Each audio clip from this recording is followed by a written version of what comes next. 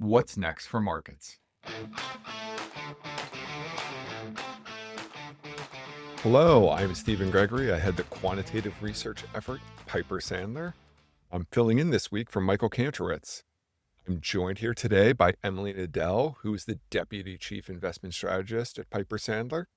Hello, Emily. How are you doing today? Hi, Stephen. Doing great. How about yourself? I'm doing well, and we've got a lot to talk about today. The markets have been exciting to say the least. That is for sure. Yes. So tariffs, Liberation Day, huge drawdown in market. It was the, 28th since 1960? Yep, Stephen, it's been the 28th, 10% or more drawdown since the mid 60s. And we have now fully recovered the losses year to date. This week on Tuesday, the S&P 500 climbed all the way back to flat on the year, which was an impressive move for sure. And we are getting a lot of questions as far as what to expect next.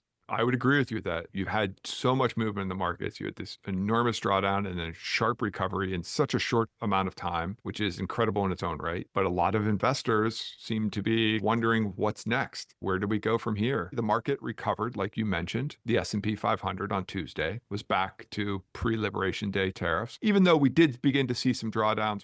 February 19th was actually the high water mark for equities. February 19th was the peak this year. It was also the peak in COVID. I remember very well 2020. It was February 19th to March 23rd was the COVID drawdown. And this drawdown was just a little bit longer than that. February 19th was the peak, and then April 8th was the trough in the S&P 500 in 2025. That's incredibly interesting. I did not know that fun fact. But not every equity, size, style, sectors performed the same. What was leadership like on the way down and then on the recovery? Yeah, that's a great question. So if we were to look at it high level, the drawdown for size and style boxes, for example, we could start there. From that peak on February 19th through the lows in April, everything was down. Of course, you saw pretty widespread sell-offs, but the absolute worst size and style box on the drawdown was small cap value, which tends to be the most cyclically sensitive group with the lower quality names in it. The best size and style box on the drawdown was large value. And then I think what's interesting is that on the way up, you saw that small value also lagged, was not one of the best groups to recover. It was actually large growth that has seen the biggest improvement from those April 8th lows, actually up about 25% at this point from the lows. And so the size and style box has been interesting because we are now at a point where the S&P 500 is back to positive for the year and large growth is positive for the year. But most of the size and style boxes are actually still down. And the smaller indices, particularly small value, is still down quite a bit year to date at this point. Some other actually interesting observations from a sector perspective.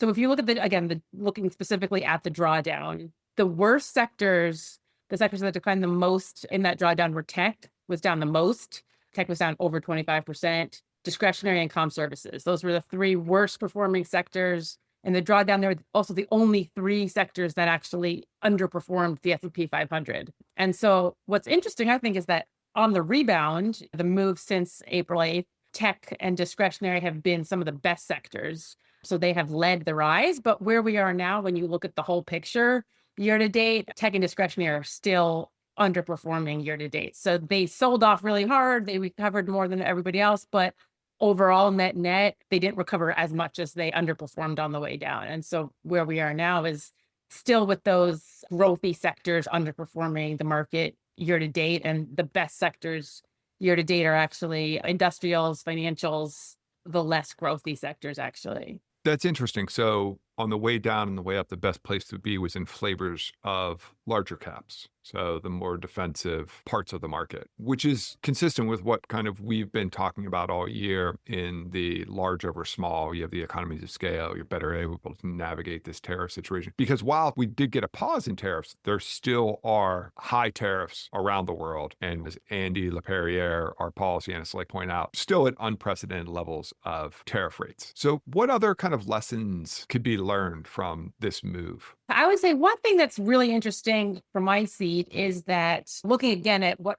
we saw in the decline versus the rebound recently, we've seen, and people have been noticing that some of the riskier areas of the market, like high beta Some of the other lower quality factors have bounced pretty sharply from the lows. But I think when you look more holistically at the entire move from the beginning of the year till now, you haven't seen such a strong bounce in beta compared to the sell off that you've been seeing prior.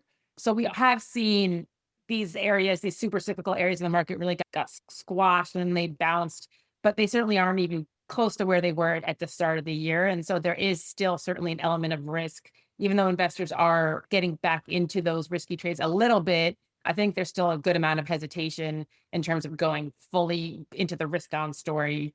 And I think that makes a lot of sense. I mean, where we are now, there are still a lot of risks out there. I mean, obviously, the worst case scenarios are now taken off the table. But as you said, we still have tariffs that are high, and we still have a lot of things that are potentially concerning for the future. So there's obviously enough optimism to get the large cap space back to positive on the year. But again, mid and small cap indices aren't as optimistic, aren't as positive. And some of the things to be concerned about at this point, obviously, earnings have declined a little bit throughout this whole tariff scenario, but we are in what we call now the worry window. And this basically happens every time you get a sharp market sell off. There tends to be a period where the market prices start to rebound, but earnings still continue to fall. And we think we're going to be in this period now for the foreseeable future where markets can stay kind of range bound or even climb a little bit higher, but earnings expectations are likely to continue to fall as we digest everything that's been happening. And so that is something that's going to be sort of an overhang in terms of sentiment moving forward, as we're going to start to see more of a decline in earnings expectations. And then beyond earnings, we still have inflation as a threat. We heard from Walmart this week that they're announcing higher prices from tariffs to come as soon as this month. And if Walmart's raising prices, I mean, that sort of sets the bar for everybody to be having to raise prices. And I think it may be certainly not as bad as we initially feared when we were talking about those crazy rates on tariffs in China, but still we are going to see some price hikes in various areas. And so that's obviously a risk for consumers as well. The April retail sales indicated that growth slowed quite a bit. In April, we had pulled forward a lot of demand before the tariffs came out, and the health of the consumer is something to be cognizant of. We have seen credit card delinquency rates have rose very sharply in the last couple months. We're basically back on the percentage of credit card debt that is 30 days delinquent is up now back to rates we haven't really seen since about 15 years or so. So we have seen it move sharply higher in those credit card delinquency rates. That's something that if we stay with rates being as high as they are, and rates actually, the 10-year yield got above 4.5% this week. So that is something that is concerning as well. A lot of interesting things unpack there. So there's still a lot of uncertainty in the system. And you were mentioning how risk bounced, but hasn't fully recovered. We're not technicians, but we've been doing this long enough to know it's never a great sign when you make a lower high. Also, you were talking about earnings. That was an interesting chart we were looking at this week. There are still tariffs. The earnings numbers haven't really moved that much. And all the moves we saw in this drawdown and recovery were all price, i.e. multiple. So where do we go from here and what are we going to see? Because there's going to be implications because of these big swings. What is the data going to look like going forward? Yeah, that's a great question. And we are in what we call the worry window, which is the period where prices rise after a sharp sell-off, but you still see earnings estimates fall. And that's something that tends to put a lid on sentiment, because if we are going to continue to see earnings expectations falling, I mean, there's risk popping up in the news and in the system.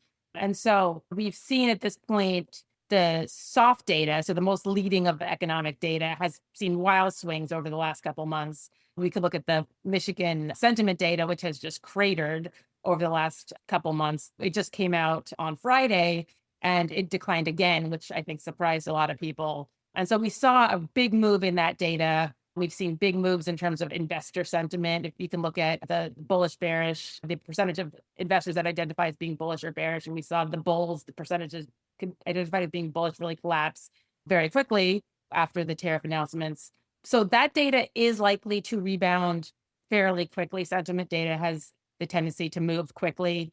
But the other data, the spending, the delinquency rates, demand, I mean, that stuff tends to take a little bit longer in terms of flowing through the system. And there is an entire framework in terms of looking at economic data. There's leading data that tends to move with the markets and leads the majority of the economic data.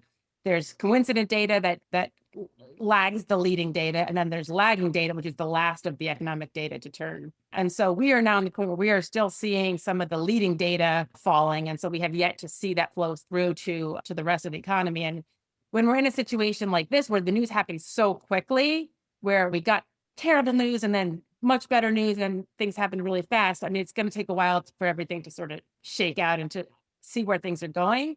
But certainly it's unlikely that we're going to see a big reacceleration in growth from here. I think people are relieved that it's not going to be as bad as we had feared, but it's not as though, from what we talk about, from the people that we talk to, from what we look at, it's not as though we're expecting a big reacceleration in growth here.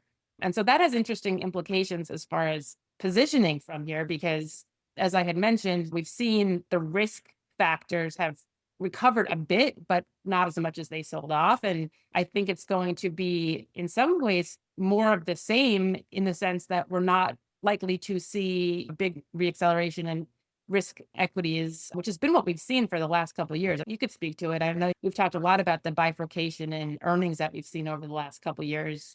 And even if we completely took tariffs off the table, we still weren't in a backdrop where we were expecting fantastic growth. Absolutely. Longer term. And I think this is what's going to make the market really interesting is you have right now, we're in that window of worry where you're going to get a lot of conflicting signals between, say, the leading survey data versus the leading hard data, as it's often referred to, soft versus hard data. But then outside of the noise you're going to see right now, economically, once you brush that aside, you're still in a world where we just can't seem to get stimulus to really get that sharper reacceleration. So a sideways economy is essentially the average, but nothing is actually the average, which is how you have to think about it. So you have bifurcation. So you have winners and losers. And that has been the story of the last couple of years. And very simply, a lot of the winners have come down to those larger cap companies that have been able to continue to churn out stronger earnings, while small caps have struggled with higher rates, wage pressures. So once the dust clears, which could take a little time because of those things you were pointing out, you're left with a continued backdrop of earnings bifurcation, larger cap companies continuing to earn, growthier companies continuing to perform, and that scarcity to get bid up, which is just really a replay of pre-election. So that being said, Emily, back to you. What should people be watching? Yeah, that's a great question. That is the big question here, because again, uncertainty has been the name of the game for the last couple months. And I think that certainly earnings estimates are going to be crucial here. And we know that they are likely to continue falling. We've seen modest declines in large cap earnings estimates so far, more significant deterioration in small cap estimates, which has been what we've seen for the last couple of years. We do think that with the tariff news, wherever tariffs settle, the fact that there are going to be higher tariffs than what we had previously should, in the near term, weigh on these earnings expectations. So that's something to watch. Inflation data, obviously, is still very crucial here. We got some softer than expected CPI data this week, which was comforting for investors. But at the same time, we also got this week an announcement from Walmart that we can expect higher prices from tariffs from them as early as this month. And if Walmart has to be raising prices to manage this situation, then basically everybody's going to be having to raise prices because Walmart is better able to negotiate prices for themselves. So certainly we are likely to expect higher prices in the coming months. And then on that same topic of inflation, consumer demand. And so obviously the higher prices go, the more of a risk we have to demand. April retail sales indicated that growth slowed quite a bit. And we had that pull forward in demand prior because people were anticipating that there were going to be tariffs and price hikes and whatnot. But to see over the next couple of months what that demand looks like once we start to see these increases in prices and once tariffs have been in place will be really crucial. And then one other thing that I think is really important to watch is credit card delinquency rates. It's something we haven't been talking about quite a whole lot over the last couple of years, but the percentage of credit card debt that is delinquent has been on the rise. It's actually moved up pretty sharply over the last couple of months. And if we are now going to be in a backdrop where rates are high still, the 10-year yield got above 4.5% this week. That is particularly problematic for people that have these high debt outstanding. And so that is a potential weak link in the economy. So these are all things that we'll be watching to get a sense of what is the health of of the economy and how are we managing to maneuver through this period of tariffs.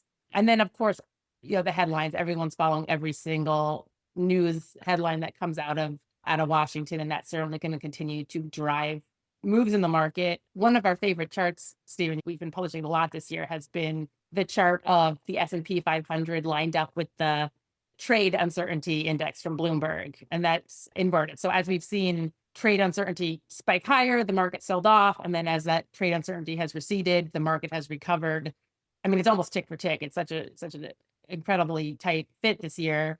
And so certainly the hope is that we can continue to be in a backdrop where trade uncertainty is getting better and people feel like they have more of an insight as to what lies ahead, but it's a risk, right? I mean, we still don't know what's going to happen when the 90 days are up, and we still don't know what the next maneuver is going to be from the Trump administration. So that is something that, in our view, really is an overhang over the market and the risk trade, just because there is going to be an element of uncertainty for at least the next couple months. So there's a lot of questions still to be answered. What is going to be the inflationary impact? How are tariffs going to settle? What's going to happen to earnings? Speaking to investors and all of the analysts here at Piper Sandler, the impact of tariffs is just almost an unanswerable question because the supply chain, pricing, and middlemen, and all these different things. Then you have the Fed in the mix, who's also in our shoes of watching the data. Any thoughts on what they're going to be watching and what are going to be some of the milestones for the Fed going forward? Seems like they're kind of torn between growth and inflation at the moment. Yeah, they are certainly. I mean, I don't envy the situation that they're in this year. I mean, Powell repeatedly reminds people that his mandate is maximizing employment and inflation. And so that is what he is focusing on. And if we can see the inflation data stay relatively close-ish to 2%, I mean, that kind of, I think, opens the door for him to resume cutting again. I mean, the expectation right now in Bloomberg, if you look at WIRP, is for 2 cuts through the end of this year. That's something that the expectation is that that's going to get really started in September and then be more of a back half of the year story. So I think that if we can be in a backdrop where inflation is not spiking higher from the tariff situation, it talks about how how rates right now are restrictive. I mean, he says they're not extremely restrictive, but they are restrictive. And so I do think he has an inkling to want to lower them, but he needs to see that inflation is not going to become problematic, significantly off from what the target is. And so I think we had some good news this week in terms of the CPI data, and we'll have to see where things go. Again, inflation is one of the big questions from here. And that's something that everyone's watching for the next couple months to get a sense of how much is inflation going to be impacted. Now, a couple things that we have going for us in terms of what could keep a lid on inflation, one being oil prices have come down quite a bit. So that's obviously a positive for inflation not spiking up too sharply. And then also, we've been hearing a lot about how consumer demand got pulled forward, and there's now big inventory in terms of suppliers because they knew that these tariffs were coming. And so that also may help keep a lid on inflation over the next couple months because they were sort of prepared for this. So hopefully that combination of things will help us stay in a range where inflation doesn't get uncomfortably hot for the Fed to be really conflicted about whether or not they're going to be able to cut in this back half of the year. So there are a lot of potential positives out there. We just need to work through this. What's the phrase we've been using? Economic suppression. Our call isn't for anything bad to happen. We just need to work through this data and get out of this kind of economic suppression. I think that's fair. I mean, I think that our take and the way that we're thinking about positioning is to be balanced and be in high quality kind of names. I mean, we are not swinging for the fences saying go super risk on. We're not saying go super defensive. We're not talking about the economy crumbling into recession or anything, but we do think it's going to be choppy. I mean, there's likely to be significant bumps in the road as we move forward, and it's not likely to be a clear path. And so being in a balanced and high quality portfolio should help investors weather the volatility and sleep at night, because again, we've seen how big moves can be based off of headlines that are coming out of Washington that nobody can really predict. So the best thing you can do is sort of just hunker down and prepare for some bumpy volatility from here. But again, no, we don't think that this is a terrible outcome. We're not predicting that you want to be in defense or anything like that at this point. So keep it tight. Don't go too far out on the risk spectrum. Remain balanced and high quality. Thank you so much, Emily. This is really great. So much to talk about. And this was very informative. Great to be here. And we'll see what next week brings. We hope you enjoyed today's episode of What's Next for Markets. You can subscribe to the show on Apple, Spotify, YouTube, or wherever you get your podcasts. Be sure to follow Michael on X at Michael Cantro. If you like the show, please let us know by leaving a positive review. The preceding commentary is not financial advice. You should always seek appropriate financial advice from a professional financial advisor in your state. You should not consider this as a substitute for these services. Piper Sandler does and seeks to do business with companies covered in its research commentary or coverage. As a result, investors should be aware that the firm may have a conflict of interest that could affect the objectivity of this commentary. Investors should consider this commentary as only a single factor in making their investment decisions. For full disclosure information, visit www.pipersandler.com/researchdisclosures.